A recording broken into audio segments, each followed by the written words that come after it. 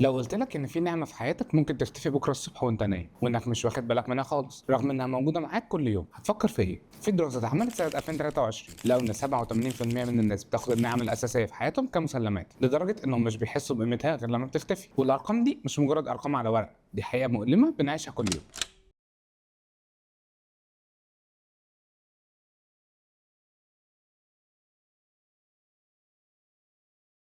السلام عليكم، مساء الخير ويا رب دايما تكونوا بخير. انا حسن نجار وخلينا نبدا مع صداقه من سيف من فتره حصل معاه مشكله، صحي الفجر على صوت امه وهي بتعيط. ابوه اتنقل للمستشفى فجاه وكان عنده ازمه قلبيه، قعد في المستشفى 6 ساعات وهو مش مدرك اللي حصل، بيحاول يقاوم الخضه اللي هو فيها ومستني يفهم هو ايه اللي بيحصل. سيف قال لي ان وقتها حس بحاجه غريبه جدا، في ال6 ساعات دي كل حاجه كان شايفها عادي في حياته بقت فجاه تحفه نادره. صوته وهو بيتكلم مع اصحابه في الموبايل، المفروض ان دي حاجه عاديه صح، لكن وهو شايف ابوه على السرير مش قادر يتكلم ادرك ان قدرته على الكلام والتعبير نعمه جباره ما كانش واخد باله منها قبل كده. ايده وهو بيمسح على وشه من التوتر، حاجه بسيطه بنعملها كتير قوي في يومنا، لكن هو شايف ابوه مربوط بالانابيب حس ان حركه ايده الحره دي معجزه حقيقيه. حتى ريحه المستشفى كانت مكروهه بالنسبه له وخلته يشتاق لريحه العياده، او حتى للريحه العاديه في البيت، لاي ريحه تانية غير ريحه المرض والخوف. سيف كان بيقول لي هو صوته مهزوز، في ال6 ساعات دول انا عشت اكتر من اللي عشته في شهور. كل حاسه عندي وكل نفس باخده كل خطوه بمشيها كل ده بقى عندي تحف اثريه نادره. اللي حصل مع سيف ده مش مجرد موقف عاطفي، ده علم نفس خالص. في حاجه اسمها التاقلم الادراكي او زي ما بنقول بالعاميه الاعتياد. دماغنا مصممه بطريقه انها تتعود على اي حاجه بتتكرر حتى لو كانت اعجازيه. تخيل معايا حد اتولد كفيف وفجاه في يوم من الايام قدر يشوف لاول مره في حياته، هيفضل مبهور بالالوان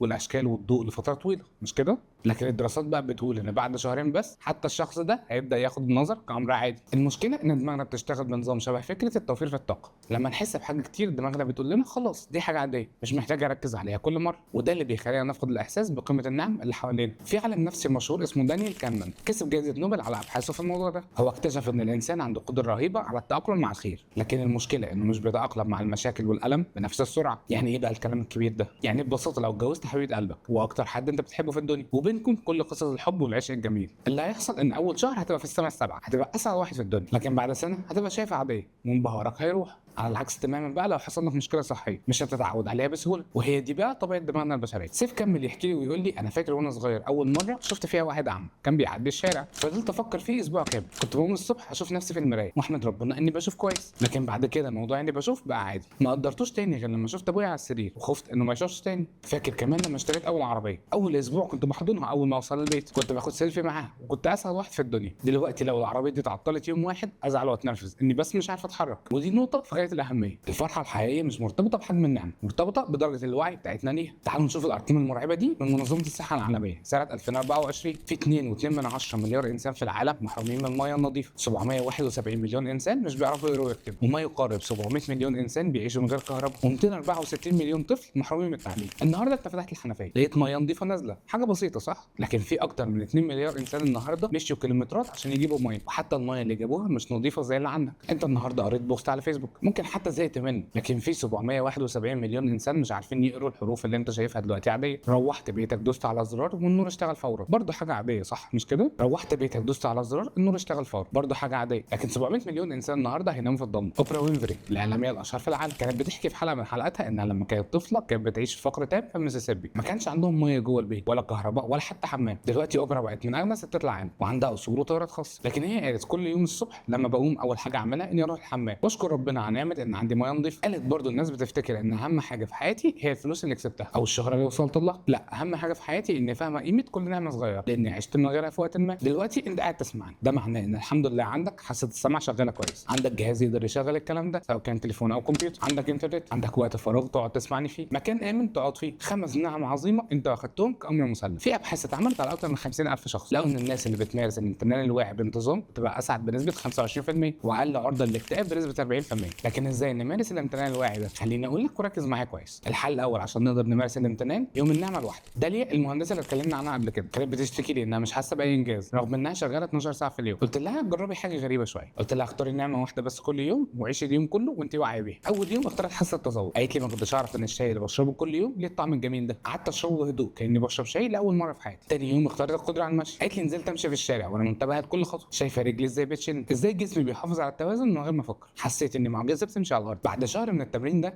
داليا بقت شخص مختلف تماما، مش بس اسعد، لا بقت اكتر ابداع في شغلها كمان. ليه؟ لان الوعي بالنعم بيفتح مناطق في الدماغ مسؤول عن الابداع والحلول. الحل الثاني تجربه الفقدان للدقيقتين اليوميه، ده حل جريء وقوي شويه. ادم صاحبنا اللي بيتعلم البرمجه دلوقتي كان بيشتكي لي من انه مش حاسس باي نعم في حياته وطول الوقت زعلان ومتضايق. قلت له كل يوم لمده دقيقتين بس حط سدادات ودان وحاول تتعايش عادي كانك طول الوقت ما عندكش النعمه دي. اول يوم عمل كده قال لي انا ما صدقتش اني قضيت دقيقتين مش سامع اي حاجه نهائي. ابويا جه يكلمني وانا مش سامع، والمشكله الاكبر اني ما انتبهتش اصلا انه جه وبيندهلي الا لما بالصدفه وانا بلتفت شفته. وقفت وقتها كده وفكرت وانا ازاي ممكن اكون عايش من غير ما اسمع صحابي؟ ازاي انا غافل على اني بسمع براحتي اللي انا عايزه؟ وخليني اقول لك ان الكلام ده فعليا حقيقي، مبني على بحث علمي من جامعه فيرجينيا، ان الانسان لما بيتخيل فقدان حاجه لفتره قصيره بيرجع يقدرها اكتر بكتير قوي من الاول. الحل الثالث الشهر الخارجي. نوع صاحبتي جربت معاها تقنيه مختلفه تماما، قلت لها تخيلي ان في حد من كوكب تاني جاي يزور الارض وانت مطلوب منك تفهميه ايه هي النعم اللي موجوده في حياتك. نوع بدات تكتب خطاب تفهمه حاجات يمكن هي شايفاها عاديه. الانسان عنده حاجه اسمها العين، دي بتخلينا نشوف العالم كله بالالوان. احنا كمان نقدر نشوف نجمه بعيده عننا مليارات الكيلومترات، وعندنا حاسه السمع، نقدر نسمع موسيقى تخلينا نعيط من فرح،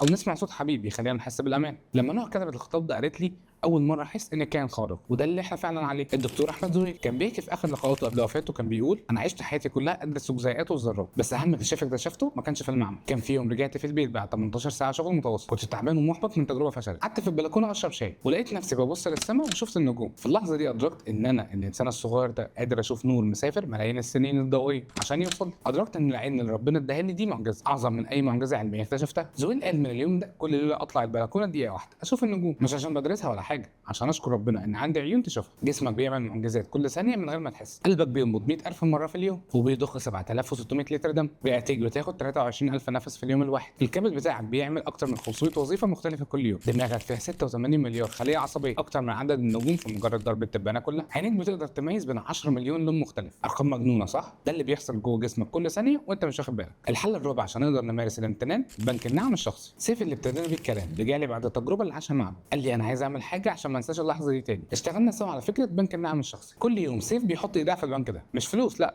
ذكريات وتفاصيل عن نعمه معينه. في يوم مثلا كتب اول ما صحيت لقيت ابويا بيتحرك من السرير وهو بيبتسم، صوته رجع وكلمني وقال لي صباح الخير. صوت ابويا وهو بيقول صباح الخير احلى من اي اغنيه في الدنيا. بعدها بيوم كتب اكلت فطار امي، طعم الفول والطحينه والعيش الطري، امي قاعده قدامي وبتاكل وبتحكي لي عن يوم. اللحظه دي اغلى من كل الكنوز. الحل الخامس تقنيه المقارنه العكسيه، ودي تقنيه نفسيه قويه جدا. بدل ما نقارن نفسنا بناس احسن مننا نقارن نفسنا بنفسنا في اصعب ظروف. داليا بدات تعمل كده، لما تحس انها زهقانه من شقتها الصغيره بتفتكر انها كان ممكن ما يبقاش عندها بيت اصلا، لما بتزعل من شغلها بتفتكر انها كان ممكن تبقى مش بتشتغل. مش معنى كده اننا نرضى باقل من طموحاتنا، لا، معناه اننا نكون شاكرين للنقطه اللي وصلنا وفي نفس الوقت نشتغل لنقطه احسن. الدكتور فاروق الباز حاجه قصه جميله جدا في احد لقاءاته، قال لما كنت طفل في مصر كنت اطلع على سطح البيت بالليل اشوف القمر، كنت بحلم ان يوم من الايام اقدر اوصل. بعد سنين وانا شغال مع ناسا قدرت فعلا اساعد في ارسال بشر للقمر، لكن احلى لحظه ما كانتش لما شفت الصور اللي جت من الفضاء، كانت لما رجعت مصر ونمت في بيت اهلي وطلعت على نفس السطح اللي كنت بحلم فيه وانا صغير، قعدت اشوف القمر بعيون الطفل اللي جوايا مش بعيون العالم، وشكرت ربنا ان اداني عيون تشوف، خيالي يحلم وعقلي يفكر وايدين تشتغل وام واب بيحبوني. الباز قال ان النجاح الحقيقي مش انك توصل لهدفك، النجاح الحقيقي انك تفتكر ربنا وتشكره على النعم اللي ساعدتك توصل. في دراسه مهمه جدا اتعملت على مدى 10 سنين تابعوا فيها 1000 شخص، نص المجموعه كانت بتمارس الامتنان يوميا لمده 5 دقائق والنص الثاني عايش حياته عادي. المجموعه الاولى بقت اسعد بنسبه 32%، اقل عرضه للاكتئاب بنسبه 45%، نومهم بقى احسن بنسبه 28%، علاقاتهم الاجتماعيه اتحسنت بنسبه 41%، حتى صحتهم الجسديه اتحسنت بنسبه 23%. فده مش كلام فلسفي، ده علم حقيقي. الامتنان بيغير كيمياء المخ، بيزود هرمون السعاده وبيقلل هرمون التوتر. لكن لازم اكون صادق معاك، الموضوع مش سهل في الاول، هتلاقوا نفسكم ترجعوا تاني لعدل اللامبالاه مع النعم. ادم قال لي بعد اسبوع من التجربه انا حسيت ان الموضوع مصطنع، كنت بجبر نفسي على احساس بالامتنان وده طبيعي جدا. اي عاده جديده بتاخد وقت لحد ما تبقى جزء منك. الدراسات بتقول ان العاده الجديده بتاخد على الاقل من 21 ل 66 يوم لحد ما تبقى تلقائي. المهم انك ما تستسلمش في الاسبوع الاول او الثاني، استمر حتى لو حسيت ان الموضوع مش طبيعي. نوع جت تقول لي بعد اسبوعين انا بحس ان الناس اللي حواليا بتفتكرني بقيت مجنون، كل شويه اقول الحمد لله على حاجات المفروض انها عاديه. قلت لها ده طبيعي جدا، انت بتغيري نمط التفكير عاش معاكي سنين، زي اللي بيتعلم رياضه جديده عضلاته توجع في الاول. المقاومه اللي هتلاقوها مش بس من جواك، لان لما انتوا تبداوا تقدروا النعم الصغيره ده هيفكر الناس التانيين بالنعم اللي هم مش واخدين بالهم منها اصلا، وده ممكن يخليهم يحسوا بعدم راحه. لكن خليكم فاكرين انتوا مش مطالبين تقنعوا حد تاني، انتوا مطالبين تعيشوا صح. تخيلوا معايا حياتكم بعد ما تبقوا فعلا واعيين بالنعم اللي حواليك، هتصحوا كل يوم وانتوا حاسين انكم كسبانين حياتكم حرفيا، مش مجاز، ده حقيقي. لان مجرد انك صحيت وانت بصحه وعندك سرير تنام فيه وبيت يحميك وناس تحبك فعلا، دي جوائز كبيره جدا. سيف دلوقتي بيقول لي انا بقيت اسعد دكتور اسنان في مصر، مش لان شغلي اتغير، لان نظرتي مشاكل شغلي اتغيرت، كل مريض بشوفه بشكر ربنا ان عندي علم اقدر اساعده بيه، ان عندي ايدين تقدر تشتغل، ان عندي عيون تشوف المشكله. ده اللي بقت تقول لي انا ما بقتش احسب عدد ساعات طويله في الشغل، انا بحسب عدد البركات اللي ربنا انعم عليا بيه. كل مشروع اشتغل عليه، كل رسمه اعملها، كل عميل راضي عن شغلي، كل دي نعم ربنا بيديها لي عشان اعيش واساعد اهلي. ادم رغم صعوبه تعلم البرمجه بقى يقول لي كل خطا انا بقع فيه بقيت اشوفه نعم، لانه بيعلمني، والتعليم ده نعم، والعقل اللي بيتعلم ده نعمه ثانيه، والصبر اللي جوايا ده كمان نعم. انها بقت تقول الحيره اللي كانت في بدايه حياتي العمليه دي بقيت اشوفها نعمه هي كمان، انها بتديني فرص كتيره اكتر منها، وده طرف مش متاح لكل الناس. محمد صلاح في كل مقابله بيعملها تلاقوه دايما بيقول الحمد لله قبل اي اجابه. ناس كتير بتفتكر ان دي مجرد عباره، لكن في لقاء نادر معاه حكى قصه مؤثره جدا. قال لما كنت فقري في طفولتي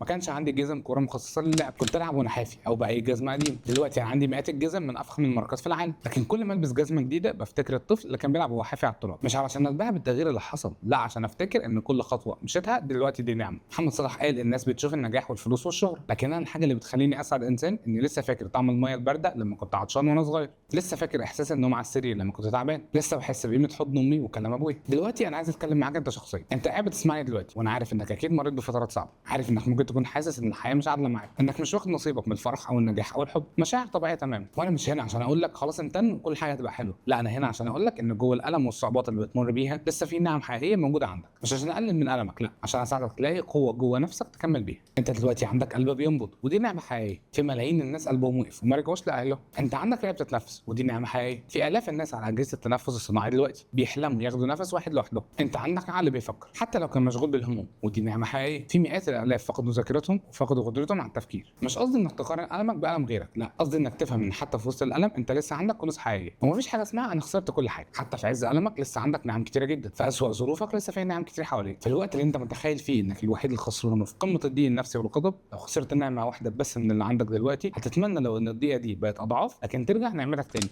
لو انت طالب بتذاكر الامتحانات وحاسس بضغط، افتكر ان انت عندك نعمه التعليم اللي محروم منها 264 مليون طفل في العالم، وعندك عقل قادر يستوعب المعلومات دي وده اعجاز حقيقي. لو انت شغال في شغلانه مش عاجباك وحاسس انك تعبان، انت عندك نعمه انك عندك شغل اصلا، ونعمه ان عندك جسم قادر يشتغل، وان عندك مهاره الناس محتاجاها. لو انت ام او اب وحاسين بالارهاق من المسؤوليات، انت عندك نعمه ان ربنا ائتمنك على ارواح بشريه، ونعمه ان عندك حب في قلبك لاولادك، وانك قادر تاثر في مستقبل بشر تانيين، ونعمه ان عندك ولاد اصلا. لو انت حاسس بالوحده، انت دلوقتي مش لوحدك، انا هنا معاك، وفي الاف غيرك بيسمعوا نفس الكلام وبيحسوا بنفس المشاعر. انت جزء من عيله كبيره جدا. عشان نخلص بارقام تديكوا امل حقيقي، في دراسه اتعملت سنه 2023 على 15000 شخص من 50 بلد مختلفه، كلهم طبقوا تقنيات الامتنان اللي اتكلمنا عنها. 91% منهم قالوا ان نظرتهم للحياه اتغيرت للاحسن في خلال شهر، 84% منهم نومهم اتحسن وبقوا يصحوا اكتر نشاط، 76% منهم اتحسنت علاقتهم مع اصدقائهم وعيلتهم، 68% منهم لقوا ان شغلهم بقى اكتر متعه، 82% منهم بقوا اكتر كرم وعطاء مع الناس اللي حواليهم، والاهم من ده كله ان 95% منهم قالوا انهم مش هيعرفوا يعيشوا تاني من غير الوعي بالنعم اللي حواليهم. فانت دلوقتي قدامك اختيار حقيقي، ممكن تكمل حياتك زي ما انت ماشي، تشوف النعم اللي حواليك حاجات عاديه وتفضل تدور على السعاده في حاجات بعيده، او ممكن تاخد قرار جريء انك بتصحى كل يوم وانت عارف انك بتعيش معجزه حقيقيه، ان كل نفس هتاخده،